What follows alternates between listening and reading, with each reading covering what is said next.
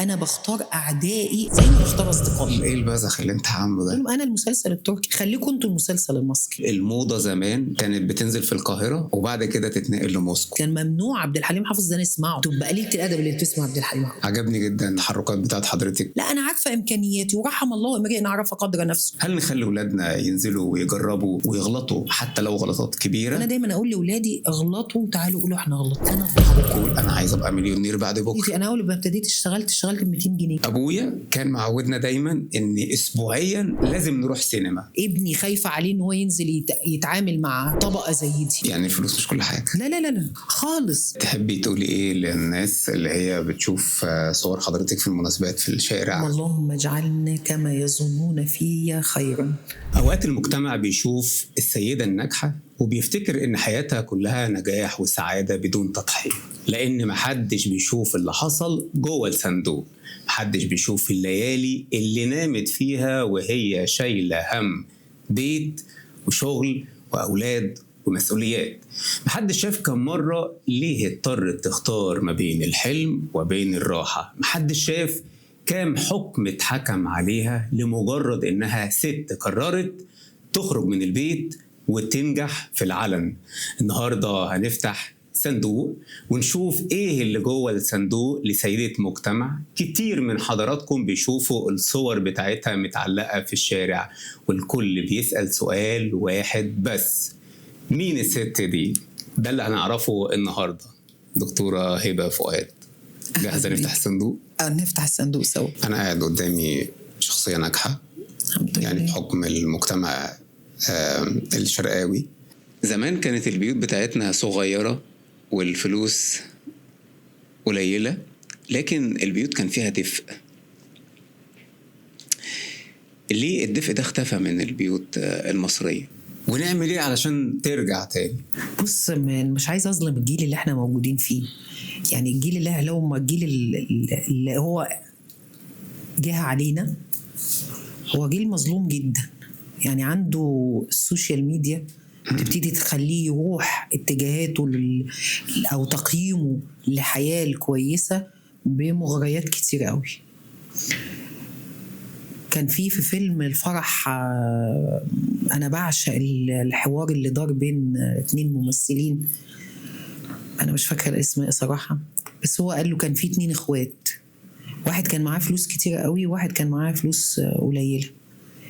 ربنا بارك للي معهوش فلوس كتيرة في إنه هو ابنه كان بصحة كويسة، ابنه ما كانش بياخد دروس، ابنه كان هو الحوار اللي دار بينهم هو بيقول قد إيه إن ممكن البركة بتاعت ربنا تكون يعني أكبر بكتير من فكرة البركة في الفلوس، أكتر من كتير من إن هي تكون قيمة الفلوس نفسها أو مقدار الفلوس نفسها. فهي البركة قلت لأن إحنا بقى كل تفكيرنا تفكير مادي، وبقت عينينا ما بنشوفش غير كل حاجة مادية. والجيل اللي طالع هو شايف نوع الموبايل ونوع العربية ونوع الماركة اللي انت لابسها هي تقييم للشخص اللي قدامك، مش هو. لما كان زمان يقول لك ايه، تتحدث حتى أراك، صح؟ نعم.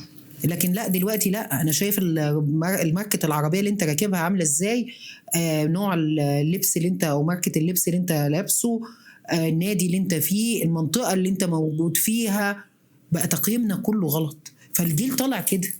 هل شايفة مين اللي صدر لينا الحاجات دي؟ الإعلام رقم 1. يعني وفكرة إن أنا يعني عامل نموذج محمد صلاح ده لازم نموذج يتصدر، لكن نموذج محمد رمضان ده لازم نموذج لازم يموت. أقول لحضرتك حاجة، لو نزلنا شارع البوسطة هنلاقي فيه نماذج زي تجربة محمد صلاح وأكتر. شارع البوسطة عندنا هنا الفكرة مش في غياب مش في غياب القدوة ولا غياب النموذج، زي ما فيه الحلو وفيه الوحش، ده طبيعي. دايما كنا بنقول ان الشارع لو شارع واحد ولاد بالظبط، وعدد النماذج الغير سوية محدودة جدا. احنا بنفوكس على ايه بقى؟ على الوحش بس. انا جيت مره لما كنت انا الصفحه بتاعتي على الفيسبوك قلت لهم انا المسلسل التركي. ما كل ما حد يدخل يقول انت كل اخبارك كويسه، شايفه ان كل حاجه كويسه، قلت لهم انا المسلسل التركي، خليكم انتوا المسلسل المصري. مسلسل تركي انت بتشوف ايه؟ بتشوف بيت جميل مترتب، المفارش، الاكل مش عارفه عامل ازاي، الجنينه، قصه حب وفشلت وبعدين رجعت تاني. احنا هنا بنصدر تجار المخدرات والمافيا والمش، دي مش احنا مش احنا خالص. ده نموذج انت عمال تصدرهولي وبتبهته على اللاوعي عندي. فانا بقيت ان انا دلوقتي الحياه الطبيعيه بتاعتي هي مش حقيقه. انا بقيت حاسه ان انا اللي عايشه في حلم، والحقيقه المافيا والضرب والبلطجه والقصص دي كلها هي دي مصر. دي مش مصر وعمرها ما هتكون مصر. كان يعني من بعيد شويه كده كان شغلي في السياحه، وكنت بتعامل يعني بنسبه كبيره جدا مع الجنسيات الروس. فكان في ست عجوزه شويه كانت روسيه، لقيتها بتحكي لي على حاجات خاصه بمصر وعادات والتقاليد بتاعت مصر زمان. وقالت لي حاجه بالنسبه لي كانت مفاجاه. كانت بتقول الموضه زمان كانت بتنزل في القاهره وبعد كده تتنقل لموسكو. معقوله؟ يعني احنا تربينا على واحنا صغيرين انه روسيا دي يعني السيدات الجميلات والشياكه والاناقه. حضرتك بتقولي ان الموضه كانت بتنزل في القاهره الاول وبعد كده تروح ألف حاجة كانت بتكون هنا طالعة من هنا. المشكلة ان انا هنا انا انا ما بحبش على فكرة اسمي، يعني انا بعتبرها ظاهرة، فما ينفعش ان انا اربطها بشخص او حاجة. انا ليه بقول محمد رمضان؟ عشان اختصر. ما هو انا لما يبقى الولد اللي ماشي بسلاح وبعدين بعد كده يبقى مليونير وبعدين بعد كده ان هو يكون بقى ماسك البيت كله ماسك الحي كله ويتجوز كل اللي نفسه فيه، ما انت بتصدر للولد اللي ماشي في الشارع اللي مش متعلم. انت ممكن، انت ليه لا ما تكونش محمد رمضان؟ انت ليه لا ما تكونش بطل المسلسل دوت؟ فانت شغال بتعمل لي غسيل مخ للولاد وبتغذي اللاوعي عندهم. دلوقتي لما تيجي تتفرج على افلام الولاد، انا بقولك ليه انا مشفقه على الجيل ده. انا على بال ما اشوف فيلم مثلا رعب كانت الدنيا بتمطر والدنيا ضلمه، لا ده انت بتشوف دلوقتي جثث. فانا بقى فكره ان انا اشوف دم ما بقاش مفزع. بقيت انا دلوقتي عين الجيل اللي طالع ده لما يضرب حد ولا يؤذي حد ما بقتش صعبه. لا ده انا بشوفها في اليوم 30 مره على الفيسبوك. وبعدين ايه، انت عندك السوشيال ميديا، عندك الفيسبوك، لو انت بصيت على فيديو معين هو شغال يبعتهولك، فانت بتغسل دماغك بشكل او باخر لحاجه وحشه. حضرتك امبارح حصل انقلاب في العالم وحرب كبيره جدا ما بين انجلترا وما بين امريكا، انه رئيس الوزراء الانجليزي قرر منع او حجب السوشيال ميديا على الاطفال دون 16 سنه. أيوة. وطبعا ده هيزعل امريكا لان امريكا هي شركات طبعا التكنولوجيا الايرادات بتاعتها جايه من هنا. ولكن هو ده صح. ايوه. وبكل تاكيد قرار رئيس الوزراء الانجليزي ما خدوش من فراغ، بكل تاكيد خدوا بعد ابحاث اتعملت ان السوشيال ميديا بالفعل مؤثره بشكل ده اكيد. وعشان كده انا بص كل ما بتكلم اقول انا ما ينفعش اجيب عسكري وامنع. انا المفترض ان انا افهم الولد او الجيل ده انت تروح تبص على ايه، انت تدور على ايه عشان انت تستخدم الاداه اللي قدامك ده في ايه. لكن فكره كمان المنع، ما هو اصل احنا شعب ما فيش، يعني انت هتمنع حاجه هتلاقيهم هم مدخلين لك في حاجه تانية، يعني هم هتلاقيهم اخترعوا حاجه تانية عشان يكسروا الحد ده. ما بلحق. فالفكره ان انا بقول لا خليها اختيارنا، يعني خلينا عندنا النضج ان انا اقول انا مش هتفرج على ده. يعني نوصل للمرحله دي ان انا اقدر يعني بص، ما انا بقول لك برضو في حاجات انا ممكن اوقات كتير بقعد ادرب نفسي ان انا مثلا انا متعوده على فنجان القهوه تكون الساعه اول ما اصحى من النوم، لا باجي وقت اقول لنفسي لا انا هصحى من النوم وانزل واروح واجي ومش هشرب فنجان القهوه عشان ما اخليهوش ان هو يتحكم في المود بتاعي. زي ما كان حد من الصحابه كان ماشي كان مع حد من مش فاكره انا سيدنا علي او فطول ما ماشي في السوق عمال، يعني دي حاجه من حاجات زمان انا فاكراها في الحكايه دي، عمال ياخد من هنا فاكهه ومن هنا فاكهه ومن هنا فاكهه، جاي ضربه. قال له ما تخليش سيدنا عمر قال له ما تخليش نفسك هي اللي تتحكم فيك. هي دي ابنه سيدنا عبد الله كان يعني كان عزمه على في البيت عنده فاشترى حاجات كتير، فقال له ايه البذخ اللي انت عامله ده؟ قال له مفيش والله، نزلت في السوق اشتريت، لقيت كل حاجه موجوده اشتريت. فقال له وكلما اشتهيت اشتريت. ايوه بالظبط سيدنا عمر. ايوه. انا بقول لك من زمان اصلا انا، بص انا بستخدم اسلوب مع اولادي الحواديت. مهم جدا. ماما كانت اول حدوته انا افتكرها كانت بتقولها لي، بتقولي حرامي دخل يسرق، فكان هو معاه فلوس بتاعته شقاه، راح سرق حاجه، فالفلوس الفلوس اللي هو سرقها مع الفلوس بتاعته الحلال اختلطوا مع بعض، فخسر فلوسه الحلال. هي واخد الحرام على الحلال. ايوه. فهي كانت بقى تقول لي ايه يعني، كوني حذره. صح. حذره في الايه هيدخل عندك، قولي مش، فجابتها لي في حدوته. صح، عشان نتعلم ده. فعشان كده يعني بقول لحضرتك، هل نسيب اولادنا يجربوا ويغلطوا ولا لا؟ يعني نخاف عليهم. احنا جيل اتربى على عيب بدون ما يتوضح لينا عيب، وحرام بدون ما يتوضح لينا حرام، وللأسف بعد كده اكتشفنا وقعنا في دخلنا أنفاق ومعرفناش نخرج منها، لأن ما توضحش لينا ليه عيب وليه حرام. دلوقتي كل حاجة بقت مفتوحة، مفيش نفق، الدنيا الشوارع كلها بقت أنفاق دلوقتي. هل نخلي ولادنا ينزلوا ويجربوا ويغلطوا حتى لو غلطات كبيرة، ولا هنكون خايفين عليهم؟ لا، ينزلوا ويغلطوا. انا مع انهم ينزلوا ويغلطوا جدا جدا، لان هو مش هيتعلم غير من ده. يعني هو انا عرفت ان مثلا النار دي بتلسع من ايه. هل هم قالوا لي مره واثنين وثلاثه ان النار بتلسع؟ انا مش هقتنع. لكن لو اتلسعت من النار انا هتعلم ان انا ما اجيش ناحيه ده. بس انا قلت خد بالك من دي، وقلت خد بالك من دي. لكن انت عايز تجرب في، عارف اللي هي في، تكون انت حصن الامان. فكره ان انا هسندك، لو وقعت هسندك بس امشي. لكن انا طول ما انا محوطه عليه بلاش تمشي بلاش تروح بلاش تيجي بلاش تعمل، انا بضيع شخصيته. لكن امشي وانا في ظهرك حتى لو غلطت. عشان كده انا بقول لحضرتك، انا دايما اقول للولاد، كل الولاد اللي معايا مش ولادي بس، غلطت تعالى قول لي انا غلطت، وانا هتعلم معاك. يعني انا في التيم بتاعي بتاع شغلي، في شغلي الخاص او في العمل المجتمعي او السياسي، لهم انا زيكم، انتوا بتعلموني وانا بتعلم منكم، ويمكن هم بيعلمونا اكتر. هم عندهم طاقه اكتر، هم عندهم طاقه حركه اكتر، التكنولوجيا عندهم اكتر،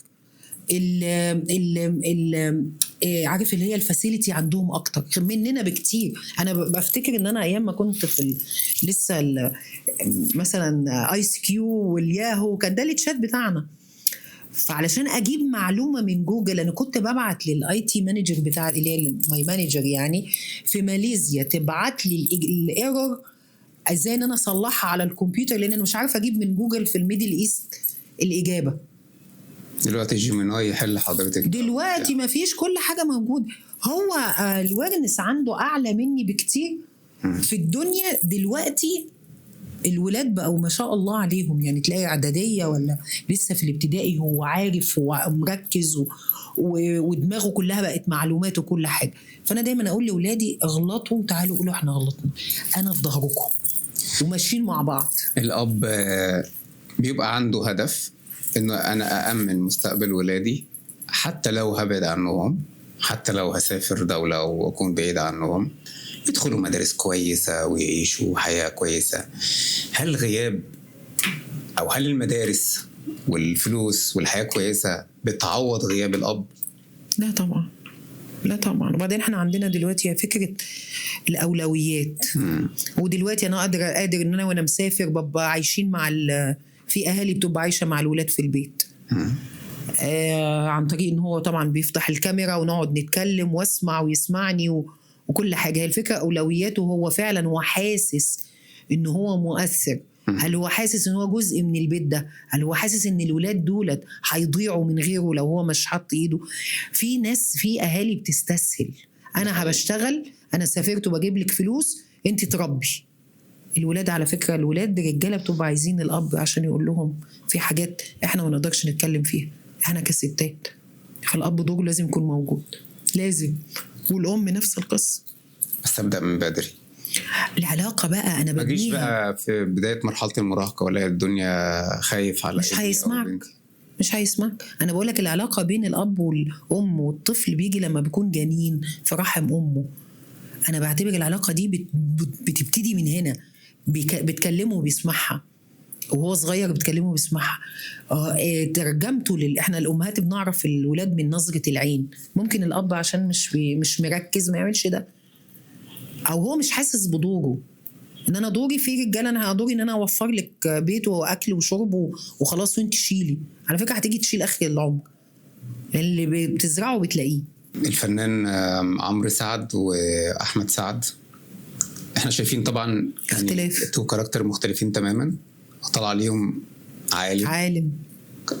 الدكتور سامح سعد كان عامل بودكاست عظيم جدا، خلانا نكتشف الأسرة دي الفنية.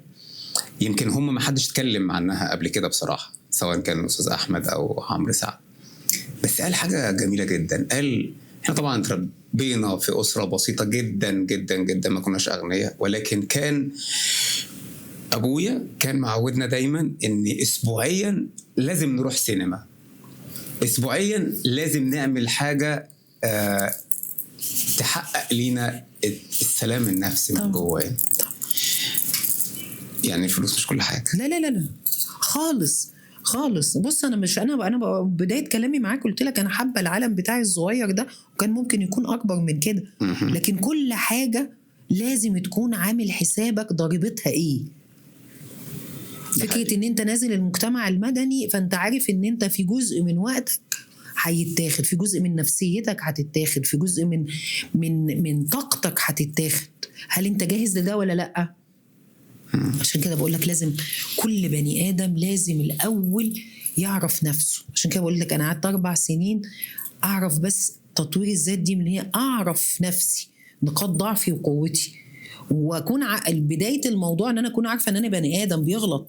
لأن إحنا عندنا ثقافة سخيفة جدا، فكرة الجلد الذات، أنا غلطت وأنا مش عارفة إيه وأنا عملت كذا. لا، مطلوب إن أنا النفس اللوامة دي مطلوبة، لكن مش بدرجة معينة. يمكن أنا اتكلمت كمان في حتة، يعني قعدت أدور إن الرسول عليه الصلاة والسلام قال خير الأمور الوسط. نعم. يا الله، لما حاولت إن أنا أفهم ده الوسطية دي، يعني ممكن نقول إن هي مستحيلة تحصل.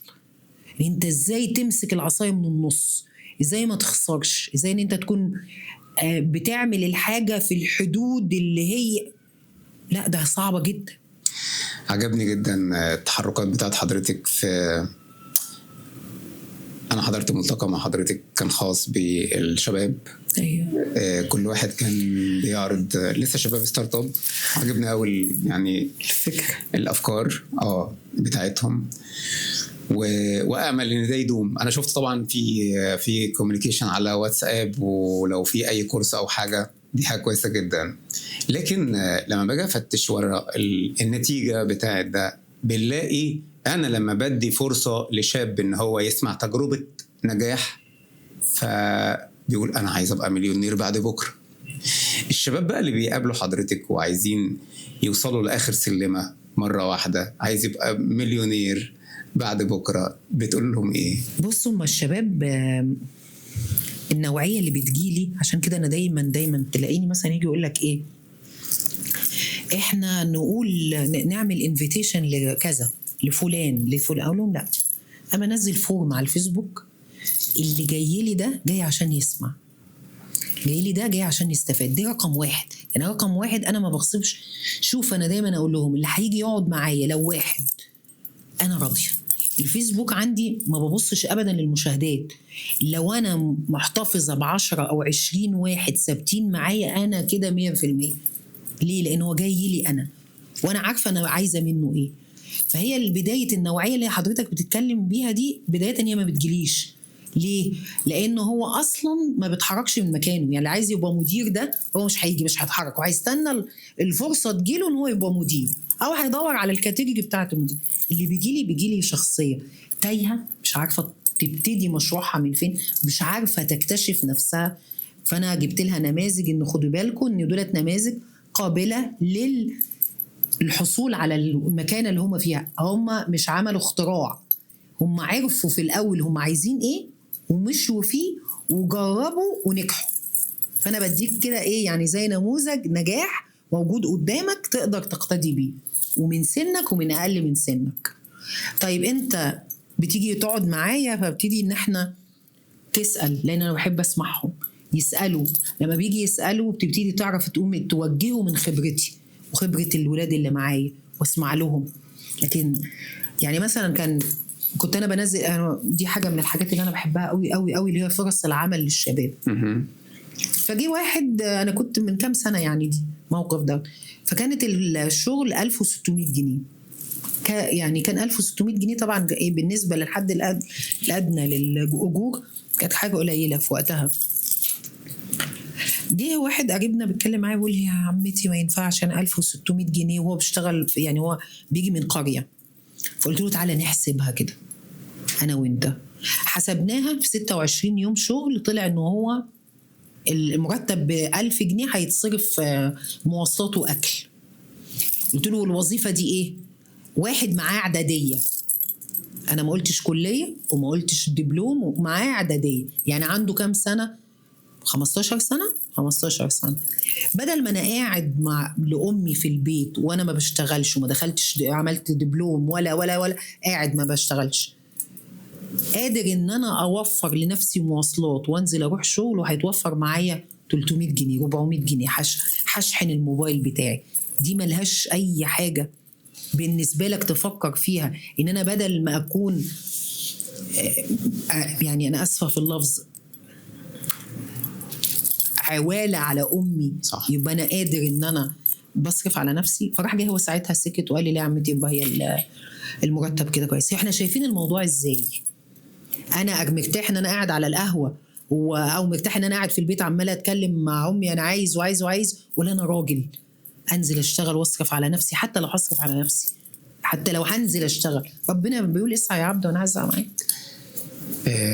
النهارده كان في شاب، يعني هو شكرا جدا اللي هو بيعمله معايا، انه هو جاء بيعمل صيانه بقى للفلتر بتاع الميه.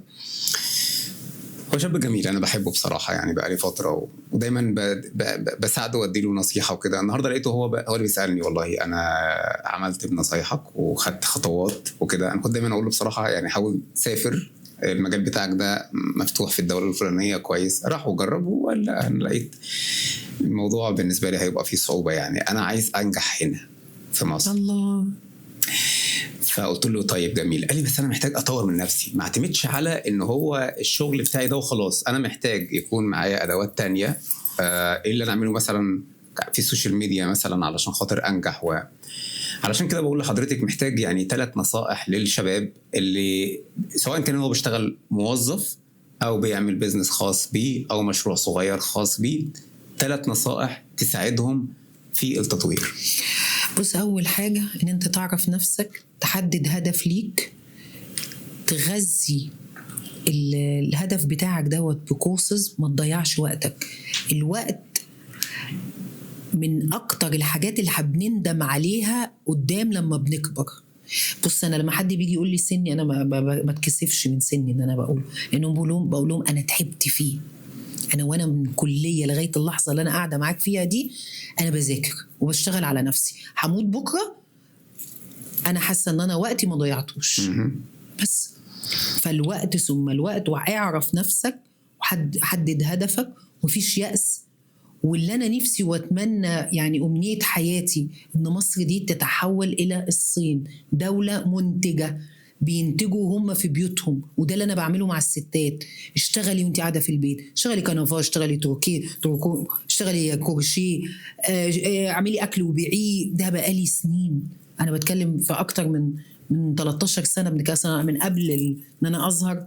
انا كنت بستورد هدوم من تركيا، كنت عامله مشروع للسيدات اللي في البيوت بس. يعني اول من 2009، من اول السوشيال ميديا ما الفيسبوك ابتدى يشتغل، انا اشتغلت بيع اونلاين على مجموعه سيدات، وعملت لهم مكتب، كنت بجيب لهم من تركيا الهدوم البيتي وهم كانوا بيبيعوا ويوزعوا. فبقول لك يعني اللي عايز يشتغل هيشتغل. ده حقيقي. هل في مشروع نقدر نعمله في الكوميونتي بتاعنا ده مدينه الزقازيق كتير. للسيدات اللي موجودين زي مثلا كتير. احنا عندنا مشاريع كتيره، ويمكن على الفيسبوك انا دايما مستخدمه ان انا عندي مشاهدات، يعني ادعي ان في مشاهدات كبيره، فانا كل يومين بنزل مبادره اللي انا بتكلم في شرقاويه وافتخر البيض اللي هي دلوقتي حبيبتي روني أيوة. بيعملوا المعارض دي. ده من أنا البنات دول معايا من قبل روني طبعا. روني حبيبتي اورجنايزر. انا بتكلم على البنات اللي بيشتغلوا دول. انا بتكلم في اكتر من 2016 و2014 معاهم. وموضوع السمك، انت متخيل يعني ايه ان بنات اميات ما بيشتغلوش، ما بيقروش ولا بيكتبوا، وتدربهم على ان هم يستخدموا السوشيال ميديا؟ دي كانت تحدي فظيع.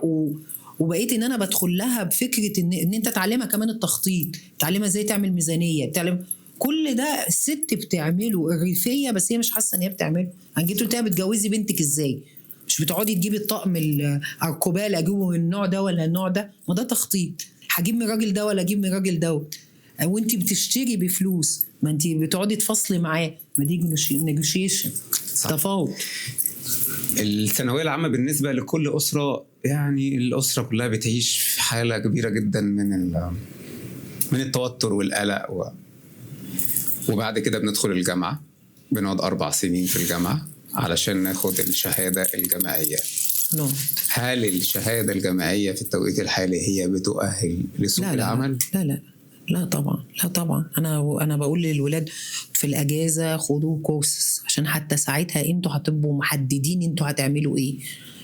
احنا مع جيل يقدر ان هو ينمي نفسه من قبل الاعداديه. الام يعني في كورسات، يعني في حبيبتي زي يعني ايه المهارات اللي الشباب محتاجينها علشان الكمبيوتر يعني عندك، لغات عندك، الفيجوال بيزك ان انت تقدر ان انت تدخل الاي اي وبسهوله. واهم حاجه الكوميونيكيشن والنيجوشيشن. طبعا ما دي كلها حاجات. بص انا عايزه اقول لك، يعني احنا بص لو جينا بصينا للحكومه تلاقي الحكومه عامله 5000 مليون مبادره، بس مفيش فولو بصراحه. برافو عليك. هي النقطه اللي لسه كنت هقول لك في الموضوع ده. يعني تلاقي مثلا جهاز تنميه المشروعات الصغيره والمتناهيه الصغر بيدي كورسز فظيعه، بس الفكره ان انا مفيش متابعه من بعد كده. الغرفه التجاريه مفيش متابعه بعد كده، فخلاص المشروع الولد بيكون محتاج متابعه، محتاج ان هو اقول له زي ما احنا بنبقى ماشيين كده طريق، وبعدين يبتدي الولد يتحوت كده، اقول له لا خد بالك ان انت اتحوت عن الخطه بتاعتك، امشي كده. ما دي شغلانه، دي كده يعني شغلانه من الشغل اللي انا اشتغلته، اللي هي فكره ان انت تمونيتور المشروع بعد ما يكون مشروع اتنفذ. بنلاقي ساعات يعني شاب رايح يقدم في الشغل واخد معاه CV ما شاء الله كبير جدا واشتغل في اكتر من مكان، ولما بنيجي ندور مثلا المده اللي حضرتك اشتغلت فيها قد ايه، بتبقى مثلا 6 شهور او سنه. انت ايه اللي بيخليك تسيب الشغل للمراحل في الاماكن دي كلها؟ ما بتقعدش شهر شهرين. وهل الشباب بقى خلقهم ضيق عشان ما بيعملش حاجه بيحبها؟ بكل بساطه ما بيعملش حاجه. بالعكس، لو انت دلوقتي انت بتحب تفكك البازل، لو انت بتحب البازل هتقعد لغايه لما تطلع شكل البازل، بس هو ببساطه ما بيحبهاش. انا دلوقتي فتحت شركه، فكره ان انت تطور الشغل اللي المؤسسه اللي انت داخلها، او تعيد تاهيل اللي موجود في الشركه، او نقولها باللغه اللي هي كده اللي هي ايه، تطوير المؤسسات اللي المفترض ان هي وقعت بسبب اسباب كتيره بقى اللي احنا عمالين نتكلم فيها دي. ان انت تدخل بس مجرد ان انت تقول خد بالك ان المكان ده مش بتاع ده، الشخص ده مش مكانه هنا، والشخص ده مكانه هنا، الورقه دي مكانها هنا. احنا محتاجين حد عين غريبه تيجي تبص علينا من فوق من بره، عشان هو دايما يقول لك ايه السكند اوبينيون، اللي هو الراي الاخر. انت من كتر ما انت متعود على شكل البيت هنا انت مش هتعرف ايه الغلط اللي فيه. بس فانا عامله شركه بستاف، لازم عين على عين، بستاف كامل بيدخل اي مؤسسه، وعملنا ده طبعا في كذا مؤسسه. اي مؤسسه يدخل يعيد هيكله المؤسسه دي والموارد الموجود فيها، وازاي انت ممكن يكون عندك موارد كتيره جدا وانت مش حاسس بيها. بنلاقي خناقه كبيره جدا دلوقتي ما بين يعني اصحاب الاعمال، ان هو بيتكلم بيقول انا عندي وظائف كتير والشباب هم اللي ما بيشتغلوش. ده حقيقة. وعلى الاتجاه التاني نلاقي الشباب يردوا يقولوا ده حقيقي. ما هي المرتبات قليلة، المرتبات غير آدمية. ازاي نعمل بالانس بقى ما بين فرص العمل المتاحة ومرتبات آدمية للشباب؟ ما هو بص، اولا هم عملوا حد ادنى للاجور وده مش بيتطبق يعني. ده 8000 جنيه ما بيتطبقش. ده ما بيتطبقش ولا يعملوا حاجة دلوقتي. لا لا بص، انا عايزه اقول لك بتعملوا حاجه لمين؟ أيوة. ومعاك اكسبيرينس ايه؟ وعايزه اقول لك فعلا في وظائف كتيره جدا. انا بشوف جيل دلوقتي رائع من طلبه الجامعه اللي بيشتغلوا وهم في الجامعه. فين؟ في القاهره، في اسكندريه. لكن هنا في الشرقيه المشكله ان احنا يعني انت عايز اول ما تبتدي، انا اول ما ابتديت اشتغلت ب 200 جنيه. 200 جنيه دولت كنت باخد مواصلات 250 جنيه وانا رايحه في الشهر. بس فكره ان انا نازله اخد خبره. ايه اكتر حاجه لما تفتكريها كده من ايام زمان بتقولي ولا يوم من ايام زمان؟ وجود بابا ويوسف. دولت يعني طبعا يوسف، بس انا يوسف يمكن عشان دايما حاسه ان هو موجود معايا، فما بحسش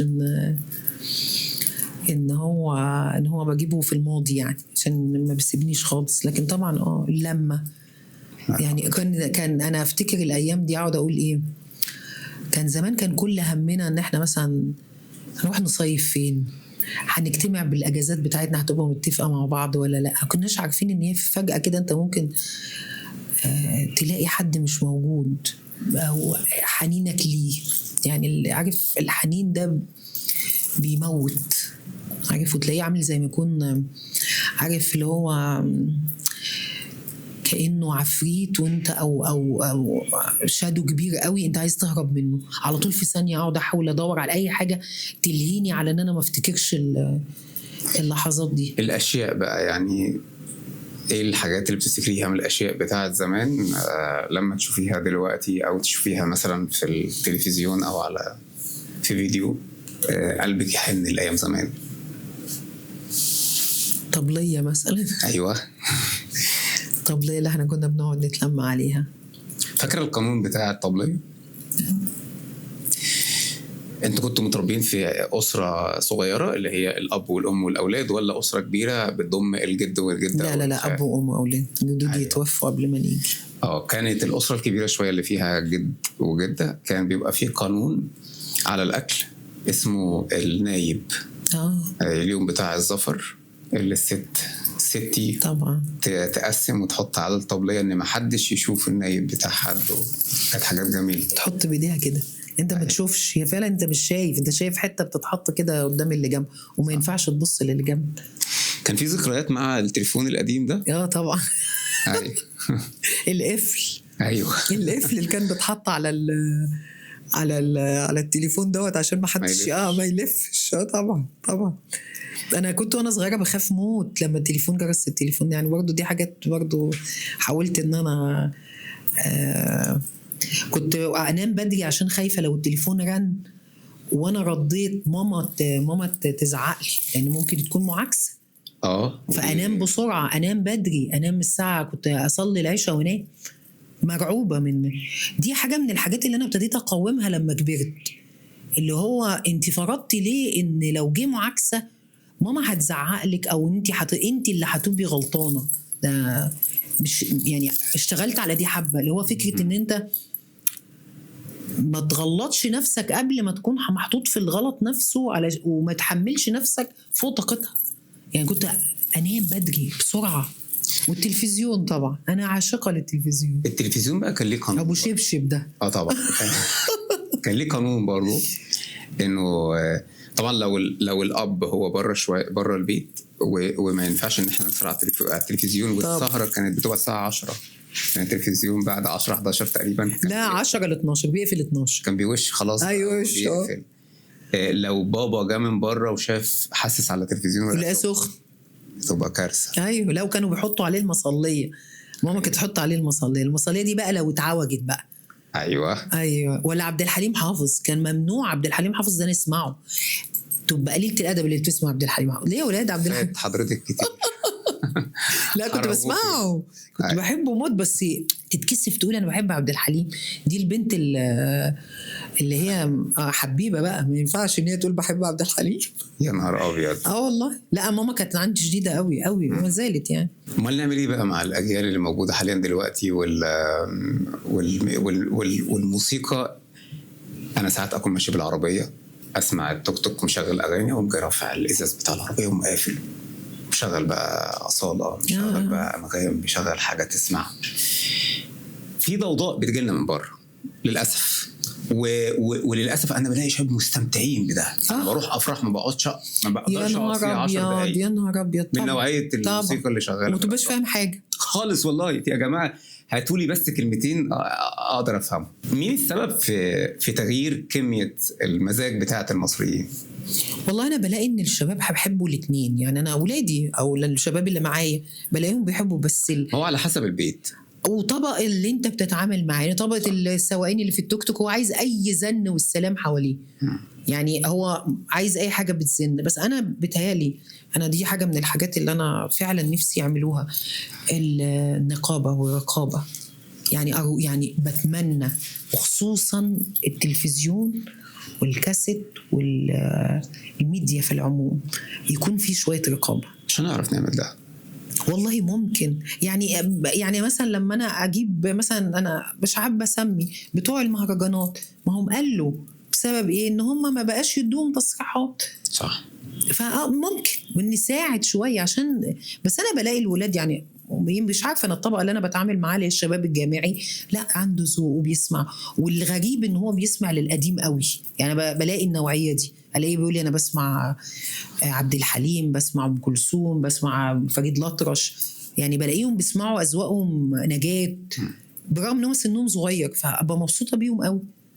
زي ما اتكلمنا على المعاكسات اللي كانت بتيجي في التليفونات، برضو مهم ان احنا نتكلم ان الزمن زمان كان فيه حاجه اسمها شخصيه ابن الحته الجدع، طبعا اللي ما ينفعش يبص لبنت طبعا. جارته او لو حد ضايقها. ليه حضرتك شايفه ان احنا افتقدنا المجدعه في زمن دلوقتي؟ بص، هي عوامل كتيرة، أولهم إن أنا يعني مثلا أنا لما بنتي بتمشي في شارع وحد بيعاكسها من أهل الشارع، بروح أكلمه، أقول له دي مش أختك، أبتدي أتكلم معاه كده، هو يتكسف. طبعا يا طنط مش عارفة، أقول له ما ينفعش، طب دي لو أختك كنت هتعمل كذا، طب دي لو مش عارفة إيه. بس أرجع وأقول أنا بص، أنا الإعلام والسوشيال ميديا والكلام ده كله عليهم عامل كبير جدا، وفكرة ان انا ارسخ المبادئ بتاعة يعني احنا ما زلنا لغاية دلوقتي في البلد وفي العيلة وفي كده لا مربوطين ببعض.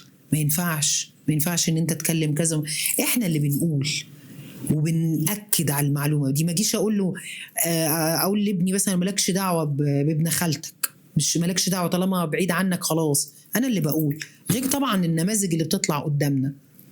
بس أنا عندي عشان برضو يعني عشان وقتك وكده، أنا من الشخصيات اللي دايما أقول أنا لو أنا طلعت بالدايرة بتاعتي الصغيرة اللي هي أنا وولادي وولاد أختي وكده ناجين، فأنا انتصار هكون مبسوطة.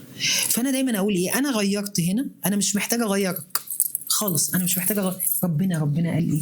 إن الله لا يغير ما بقوم حتى يغيروا إيه؟ ما بأنفسهم. فأنا كل قصتي أنا وعيالي، وانت لو كل قصتك انت وولادك، وده لو كل، والله المجتمع كله هيتصلح. كان فترة برضو من زمان، كان أنا كنت مدرب في صندوق مكافحة الإدمان. اتدربنا وكنا بننزل لطلاب المرحلة الثانوية، طبعا طلاب المرحلة الثانوية، ونكلمهم على المخاطر بتاعة الإدمان وكده. وبعد كده اكتشفت ان لقيت حد من الدايرة القريبة بتاعتي، هو يعني هو مش واصل لمرحلة الإدمان، ولكن كان يعني حاجات مش كويسة. أنا جبت الشهادة اللي أنا كنت واخدها بإني مدرب معتمد من صندوق مكافحة الإدمان وقطعتها. أنا مش عارف أغير اللي قريب مني. فأنت انجح فعليا إنك الدايرة اللي حوالين منك، أنت لو شخص واحد بس أثرت في 5-6 والدايرة دي اتنقلت لحد تاني، زي الخوارزميات بتاعت السوشيال ميديا. هي شجرة بالظبط. هي شجره، انت خلص بالفرع بتاعك وانت كده يبقى تمام. بعدين خد بالك، اللي ظاهره الادمان، هو المدمن ده هو نتاج اخطاء الاخرين مع ضعف منه. يعني انت انا من وجهه نظري انا مش هقدر اوقف المدمن ده ان هو يبطل ادمان الا ما اعرف ايه السبب اللي خلاه دخل الدايره دي. والكارثه الاكبر، يمكن ده ملف انا فتحته برضو من قريب، البنات بقوا مدمنات، والكارثه اللي بيخليهم يدخلوا الادمان ازواجهم منهم، علشان خاطر مش تزلوا ان هو مدمن فانا زيك، ومنهم في حاجه تانية ان هو يقدر ان هو يتاجر بيها. فبص احنا وصلنا لايه. فلا، ملف صعب جدا، ومحتاج بقى كل العالم كله يتكاتل عشان الملف ده لازم. يعني مثلا ملف التكاتك انا دايما اقول فيه، هو انا بستورد التوك توك ليه ومش بديله ترخيص؟ ما وقف استيراده. اجي بشتكي ان التوك توك داخل وان هو بيعمل مشاكل. في ملفات كتيرة جدا محتاجين الناس كلها تشتغل عليها والحكومة تشتغل عليها. بس أنا برجع بقول لنفسي إيه في الآخر، يا هبة اطلعي بنفسك وبولادك يعني الدايرة بتاعتي، ولاد أختي لأن هم ولاد أختي ولادي، يعني اطلعي بيهم. الابليكيشن بتاع التيك توك طبعا هو بدايته كانت شركة صينية. شكل البلاتفورم بالظبط طلع منها 2 فيرجن.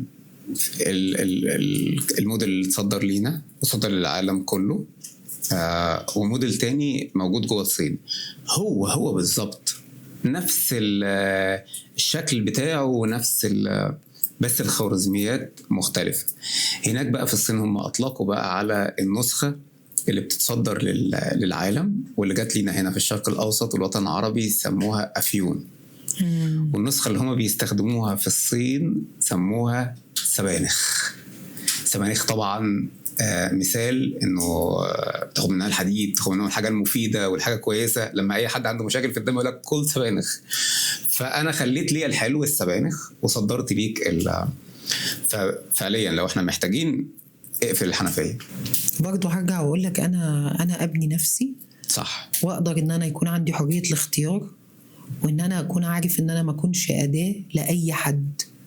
يعني انا كنت بتكلم مع حضرتك في البريك هنا بقول لك ايه، كنت بقول لنفسي ولابني اوعى تكون فار تجارب لحد.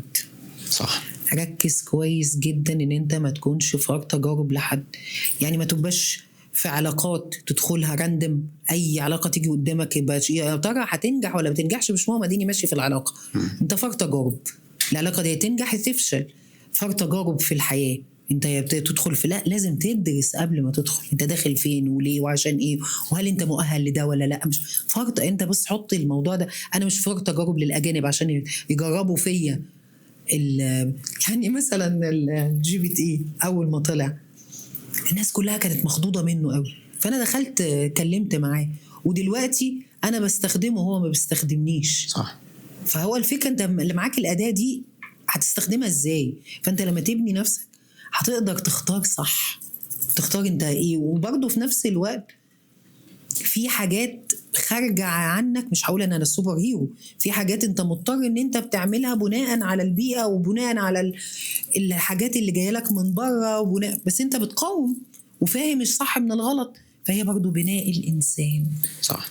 ويمكن انا دي يعني بقول يا رب جعلنا الواحد يكون له اثر بس كويس ناحية اي حد بيتعامل معانا. بس حضرتك بتحب الزقازيق جدا اكتر حاجه بتحبيها في الزقازيق؟ بلدنا.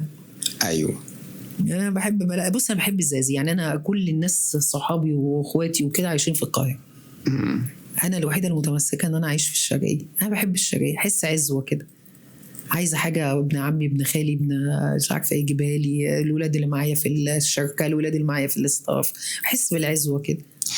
بنحبها الزقازيق، بس ممكن يكون فيها بعض الحاجات اللي احنا مش راضيين عنها. ايه اللي الزقازيق محتاجاه علشان ترجع للزقازيق بتاعت زمان؟ نقطة نظام. كل واحد يشتغل بإخلاص. عارف الفرق بقولك بين يعني الأجانب عندهم إخلاص أكتر مننا، بالرغم إحنا ديننا كله مبني على الإخلاص. يعني نقطة النظام وإخلاص.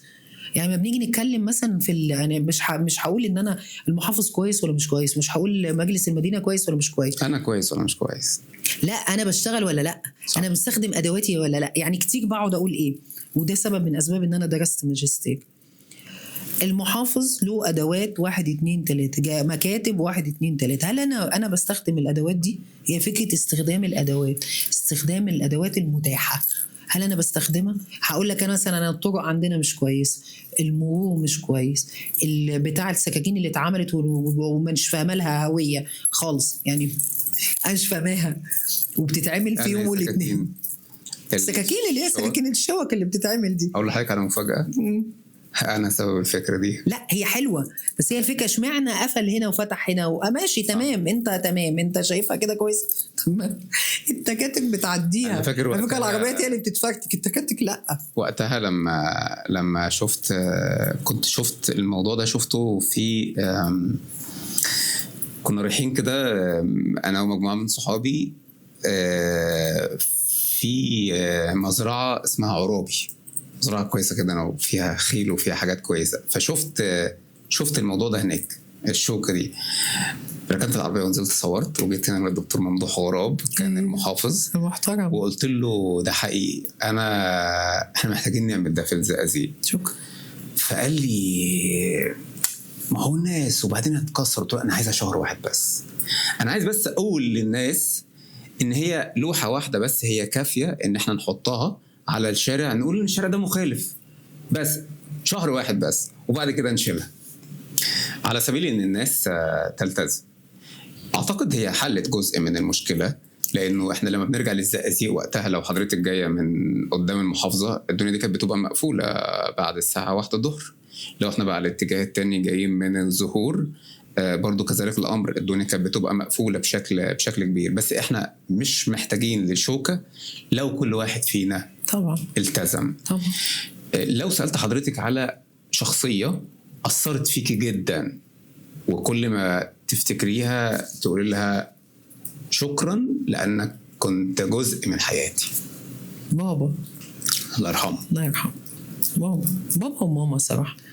بس بابا يمكن عشان بابا كان انا طالعه شبهه كتير، فاكيد بابا وكمان عشان انا كنت عيني دايما عليه وعلى تصرفاته وعلى كميه السلام الداخلي اللي كان هو فيه، وعلى كميه السماحه اللي كانت فيه.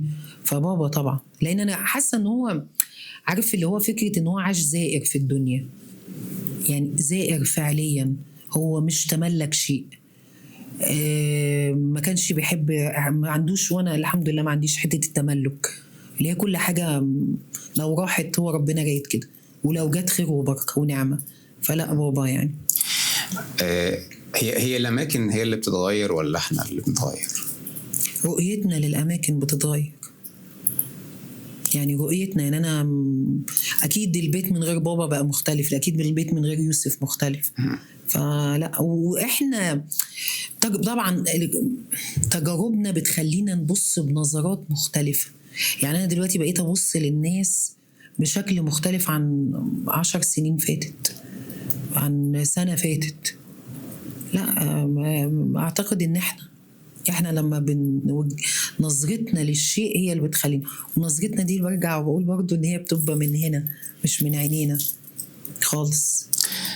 تحبي تقولي ايه للناس اللي هي بتشوف صور حضرتك في المناسبات في الشارع وبيسأل السؤال اللي احنا سألناه في اول حلقة، تقول لهم ايه دلوقتي؟ اهل الزقازيق بالتحديد. اقول لهم اللهم اجعلنا كما يظنون في خيرا. بس لاني انا ما ببص، انا قصده ان انا اظهر بالشكل ده، مانيش لا، انا قصده انت مش محتاج تشوفني وانا متبهدله، مش محتاج تشوفني وانا كان وشي كله بايظ، مش محتاج، انت مش ناقص.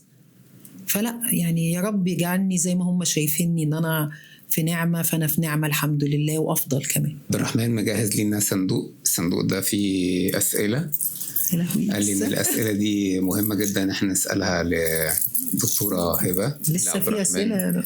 لسه في الصندوق مليان. يا نهار يا هو لو حضرتك يعني في سؤال احنا سالناه وحضرتك مش حابه نجاوب عليه، قولي عادي، سامح، بلاش السؤال ده. يعني هو بيقول ايه القرار اللي غير حياتك بالكامل؟ انفصالي. التجربة كانت صعبة بالنسبة لك ولا؟ اكيد طبعا صعب، اكيد طبعا. أثرت على حضرتك أكتر ولا على الأولاد أكتر؟ عليا انا اكيد وعلى الولاد اكيد. انا برضو برجع بقول لك ان البيت من غير اب وام مع بعض، هو ربنا خلق الموضوع كده، فاكيد عدم وجود الاب لا اكيد اثر فيا وفيه، لا اكيد. لو رجع بحضرتك الزمن لمرحله ما قبل الانفصال هتاخدي نفس القرار؟ اكيد. مين الشخص اللي لما بيزعل منك بيوجع قلبك؟ هي اختي. ايوه مرتبطين ببعض. يا نهار ابيض. انا يومي ما يعديش لو هي فين. لا هيام. انا كنت متخيل حضرتك هتقولي ابن حضرتك او بنتك. لا لا لا لا هيام. انا هيام دي بنتي، يعني في فرق بيننا وبين بعض 2.5 سنين بس هي بنتي. السؤال اللي بعد كده ايه اكتر حاجة بتخافي منها حتى الان؟ المرض، بترعب منه. المرض ولا الألم؟ بص لو ليا انا يعني انا كهبه، لا المرض، لاني انا حد يعني يا رب ما تكتبها على حد ابدا. الالم عندي اضعاف بحس بيه اضعاف عنه. لكن اللي بترعب منه الفقد، وده حاجه من الحاجات اللي انا قعدت واختبر. بص انا بقعد اختبر نفسي كتير، يعني انا هبقى انت قويه، انت مش عارفه ايه، طب لو حصل كذا لو حصل كذا. فانا كنت بكلم نفسي بقول يا ربي، انا جالي في وقت كده بقول يا رب احمدك، يعني عايزه حاجه تخليني احمدك وتحس بالفرحه اللي جوايا ان انا في نعمه، بس يا رب بلاش الفقد، مش هقدر اتحمله. جه موت يوسف، يعني ما اعرفش انا فقره ال3 شهور اللي هم اول 3 شهور دولت انا عشت فيهم ازاي، لغايه لما ابتديت ان انا اوهمني واوهم اختي ان هو موجود معانا، وان انا حاسه بيه، وان انا قاعده في اوضته، فاهم؟ اللي انت بتتحايل على، يعني انا كنت عندي مدربه جزائريه على فكره بتدربني في موضوع تطوير الذات، مدربه عايده دي اللي بقولك قعدت 4 سنين اريبلت شخصيتي. فهي قالت لي هبه دي هروب وانت لازم تواجهي. قلت لها انا مبسوطه بالهروب ده، يمكن لما ممكن اموت وانا كده مرتاحه ان انا شايفه ان يوسف معايا وان يوسف مش راح ده مريحني. فتقولي لازم تواجهي عشان هيجي في وقت ان انت تواجهي، اقولها ممكن اكون انا مت بس انا كده مرتاحه. فبخاف من الفقد. ايوه حضرتك بتزور المقابر؟ طبعا بتزوريها بهدف ان احنا تزوري حد قريب او بابا يعني ويوسف لازم كل يوم جمعه اروح له. هل ممكن تروحي تنزلي تزوري المقابر من اجل ان انا اشوف المكان اللي انا هبقى فيه في المستقبل؟ لا انا عملتها كتير. انا جالي فتره من الفترات قبل ما يوسف يتوفى وبابا كنت احس ان انا مرتاحه هنا، يعني انا هكون مرتاحه هنا، امشي جنب التراب وانا مبسوطه مش خايفه، مرتاحه هنا. هو رهبه المواجهه بين في آية قرآنية كده مرعبة اللي هم مش حافظاها أنا قوي، بس اللي هي فكرة إن أنت تمشي في الدنيا وأنت تظن إن أنت بتعمل عمل حسن وأنت للأسف أنت في ضلالة. فرعب إن أنت تقابل ربنا دي رعب. لكن فكرة إن أنت بقى المقابر إن أنت تحط نفسك، أوقات كتير بطفي النور بتاع الأوضة وأقعد وأقول ده تخيلي إن ده قبرك، لا بعملها. ده تصرف عظيم جدا.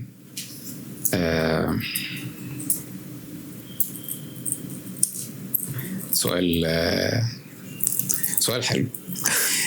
حضرتك شايفة مين محتاج يتغير أكتر، الراجل ولا الست؟ الاثنين. مش بص في العلاقة مش تنافسية، هي علاقة تكاملية. ممكن تكون الراجل عصبي جدا، هو محتاج واحدة ست هادية قوي. لو انفصلوا عن بعض هو عصبي مع عصبي وهي باردة مع بارد، صح؟ لكن هي تكاملية مش تنافسية. يعني أنا نفسي الناس كلها، أنا جاي أبني، وبعدين خصوصا الست ربنا خلقها ضعيفة، عايزة، مش بقولك كلهم بس المعظم، هي متجوزة عشان تفتح بيت، مش متجوزة عشان تتطلق أكيد. يعني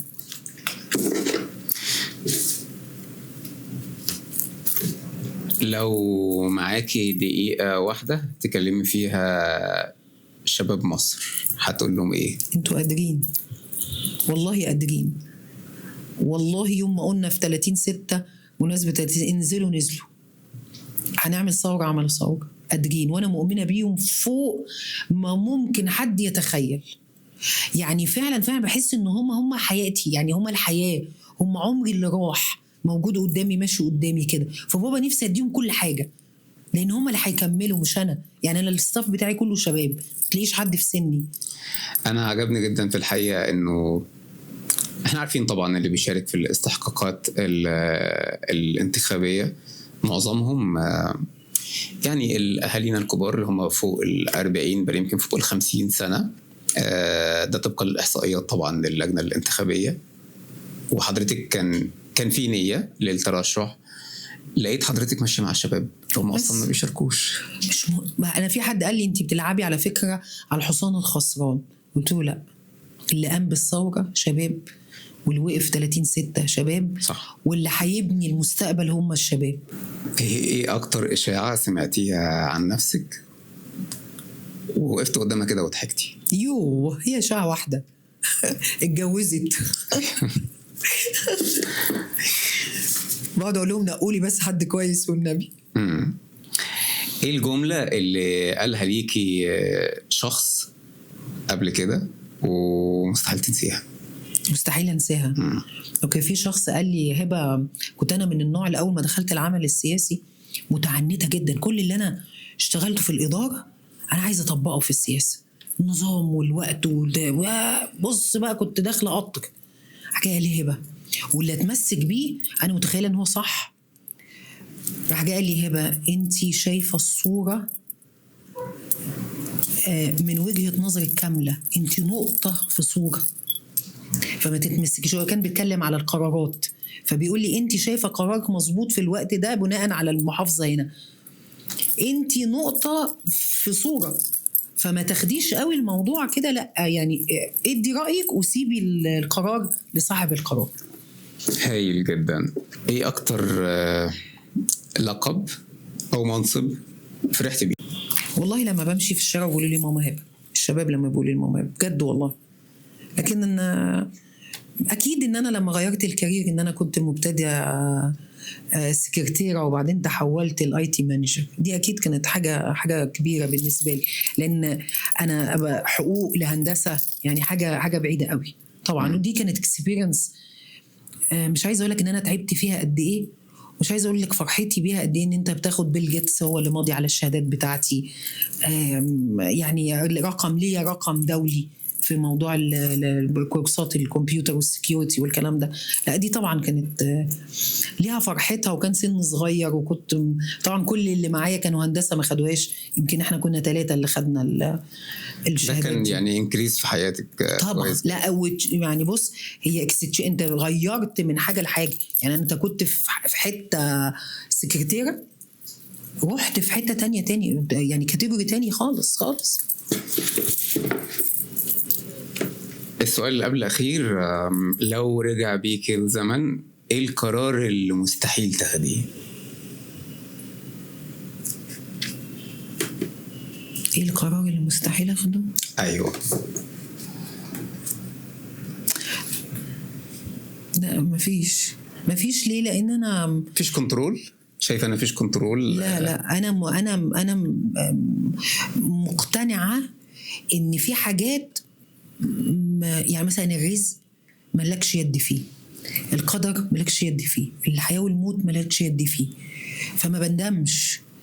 انا بتكل على الله، وبعدين انا عندي حتة ان انا مرتاحة للحاجة دي، وربنا فتحها في وشي انا بمشي فيها، مش خدتها مش نصيبي. ما عنديش فكرة ان انا اندم على حاجة ان انا عملتها او لا. هذا الوقت سوف يمضي، كانت مقولة كده لملك زمان، انه طلب من حد يجيب له حاجة تخليه يعفو عنه، فجاب له خاتم ومكتوب عليه جملة هذا الوقت سوف يمضي. نظرية كويسة جدا. خلاص اللي فات ايوه، ما رجعش ليه، واللي فات كمان اصل انت مش هتعرف تغيره. السؤال الاخير، حضرتك ندمانة انك فتحت الصندوق؟ لا خالص، انا قايله لك من قبل ما نيجي، انا ولا عايزه اعرف البرنامج عن ايه ولا هنتكلم في ايه. ويمكن احنا كمان اتكلمنا في حاجات احنا ما كنتش مفترض احنا كنا، انا متخيله ان احنا هنتكلم فيها، بس مش عشان انت مقابلني يا استاذ سامح. انت عارف قد ايه ان انا بثق فيك، ومش عايزه اقول فكره ان انا كان ممكن يعني تعرض ان انا اكون موجوده في برامج او في بودكاست مع حد وكده، بس انا فعلا بعتز بعقليتك في الشرقيه بجد. وبطمئن يعني انا برضو مثلا بيجي لي لقاءات كتير في التلفزيون برفضها، لان معظم المذيعين بيتكلموا في المطلق. فما لا ما يعني انا لقيت نفسي انا مبسوطه ان احنا مع بعض، وان احنا اتكلمنا في موضوع جوه الصندوق، واتكلمت في حاجات يمكن ما اتكلمتش مع حد تاني ابدا. حياتي الشخصيه مثلا ما اتكلمتش فيها مع حد خالص. حضرتك شايفه يعني انا طالما انا ارتضيت ان انا انزل الشارع واشتغل في العمل العام، فخلاص المفروض حياتي ملك للناس. مين قال ده؟ يعني مين قال؟ مين حط المقولة ان انت نص حياتك ولا مش عارفة ايه سمعتك؟ مين قال ده؟ المجتمع بيقول كده. اول ما نزلت العمل العام والعمل السياسي كنت محطة الرولز بتاعتي. مفيش تأخير بره، مفيش ان انا اقعد بالساعة وباتنين 3 من غير تارجت، مفيش ان انا اقعد في اماكن سيئة السمعة، مفيش ان انا احضر مناسبات في العاطل والباطل. احنا اللي عاملين النموذج ده، احنا اللي بنعمله. لكن انا بنتقي الاماكن اللي انا بروحها، بنتقي الوقت، بحترم ان بابا وماما موجودين، ليا مواعيد معينه في البيت لازم اكون، بحترم ولادي اللي هم في الاخر شايلين اسمي واسم ابوهم. طالما ارتضيت ان انا انزل العمل المجتمعي فانا اسمي هيبقى ظاهر اكتر منه، فلازم هم يتشرفوا بيه. مين اللي قال ان انا لازم اضحي بنص سمعتي علشان نزلت؟ مين ده؟ ده واحد شاف نموذج فاشل فهو اتكلم عنه. ابدا. معظم السيدات اللي موجودين في العمل العام انا بشوفهم ان هم واللي انا عارفاهم لا قدوة ومنظمين في بيتهم وواخدين بالهم من شغلهم اللي قال المقولة ده هو شافنا يعني نوعية تانية غيرنا. لا. ايه الحاجة اللي لسه موجودة جوه صندوق الدكتورة هبة فؤاد وانا ما عرفتش اخرجها؟ لا انت راجل جنتلمان، انت يعني بتسأل الأسئلة اللي من غير ما تتعمق في الشيء، دي حاجة يعني حاجة تحسب لك. التجربة كانت مفيدة لحضرتك؟ أنا جدا جدا. أنا قايله لك هنكتشف أنا وأنت هبة. أنا حاجات كتير جدا عرفتها. طبعا يعني في تواصل ما بيني وبين حضرتك وصل لمرحلة الصداقة، طبعا. مش تعامل في الشغل بس، وشرف كبير جدا ليا، لكن حاجات كتير قوي أنا بصراحة اكتشفتها النهاردة.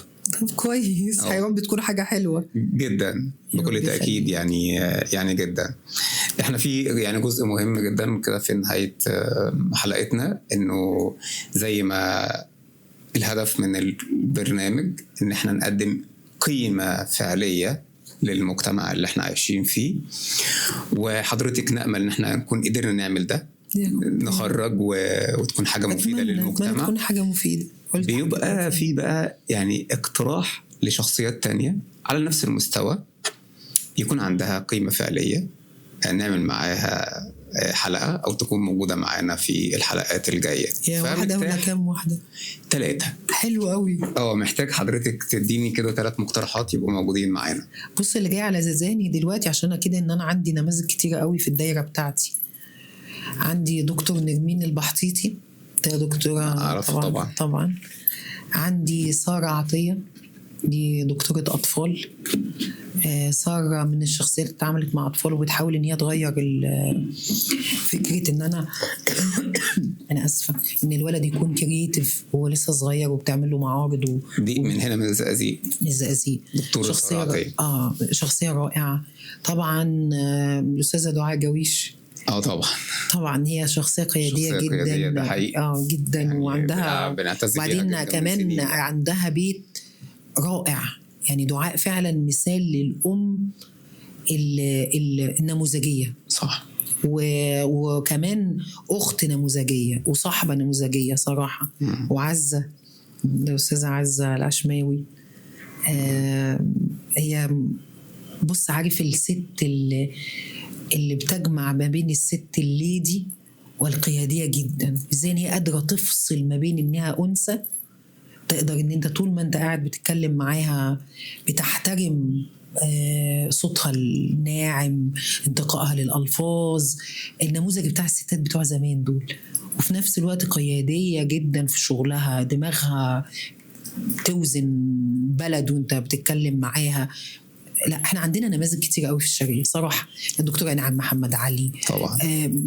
بص مش عايزة اقول لك يعني، لا في نماذج كتير، انا خايفة انسى، بس دولت الدايرة بتاعتي اللي انا حريصة ان هم يكونوا موجودين وبيقيموا تحركاتي وقريبين مني، لانهم في الاخر نماذج مختلفة.